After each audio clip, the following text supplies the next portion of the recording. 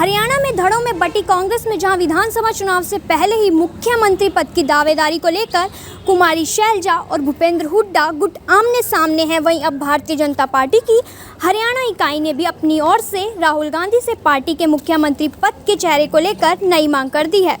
Viral हो रही poster में लिखा गया है, भाजपा ने तो पिछड़े वर्ग से मुख्यमंत्री बना दिया।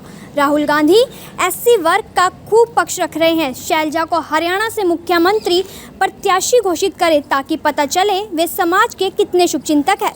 इस पोस्ट को लेकर हालांकि बीजेपी की किसी नेता का कोई आधिकारिक बयान तो सामने नहीं आया, लेकिन बीजेपी के फेसबुक पेज पर की गई इस पोस्ट को लेकर हालांकि बीजेपी के किसी नेता का कोई आधिकारिक बयान तो सामने नहीं आया, लेकिन बीजेपी के फेसबुक पेज पर की गई इस पोस्ट के कई मायने निकाले जा रहे हैं। हरियाणा में गुटों में बटी कांग्रेस पार्टी हाईकमान के लिए भी सिरदर्द का कारण बनी हुई है। हाईकमान की ओर से कई बार सभी दिग्गज नेताओं को एक मंच पर इकट्ठा कर आपसी मनमुटाव भुलाकर एक साथ चुनाव लड़ने की सलाह भी दी जा चुकी है। इसके बावजूद कहीं ना कहीं हुड्डा और शैलजा गुट की ओर से कोई ना कोई बयान सामने आ ही जाता है, जिससे पार्टी में चल रही गुटबाजी सबके सामने आ जाती है।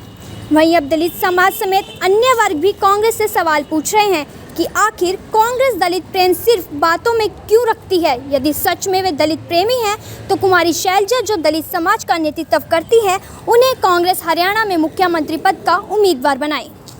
नमस्कार मित्रों, मैं संदीप सचदेवा अम्बाला शहर से आप सब लोगों का आभार व्यक्त करता हूं और आप सब लोगों के साथ एक जानकारी बांटना भी चाहता हूं और आप लोगों से पूछना भी चाहता हूं कि कांग्रेस चुनाव के समय दलित प्रेम प्रदर्शित करती है और ऐसा एक वातावरण बना देती है कि अगर कांग्रेस की सरकार सत्ता में ना आई तो सारा दलित समाज जो है वो संकट में आ जाएगा।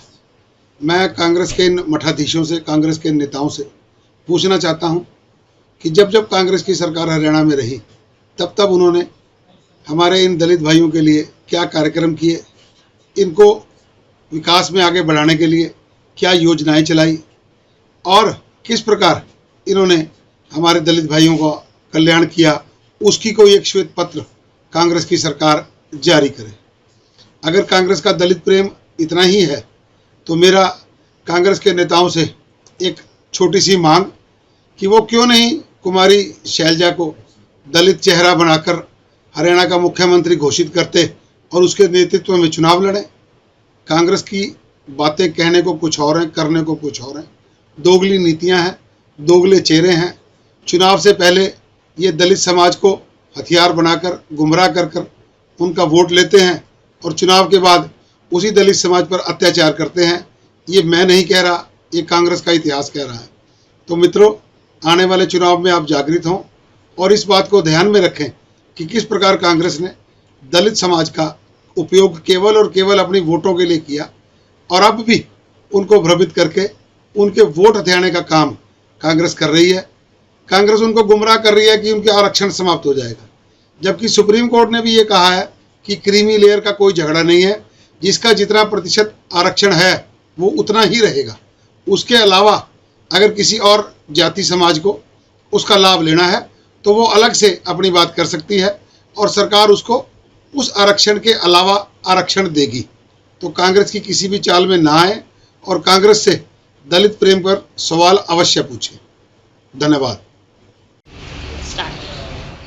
कांग्रेस सरकार हमेशा से दलित विरोधी रही है। जब माननीय बाबू जगजीवन राम जी 1970 के दशक के अंदर कांग्रेस के राष्ट्रीय अध्यक्ष होते थे और उनके नाम पर जब चुनाव लड़ा गया तो उनको कांग्रेस के राष्ट्रीय अध्यक्ष पद से हटाकर इंदिरा गांधी जी ने खुद उस पद को हथिया लिया और वो खुद इस देश की प्रधानमंत्री बन बैठी।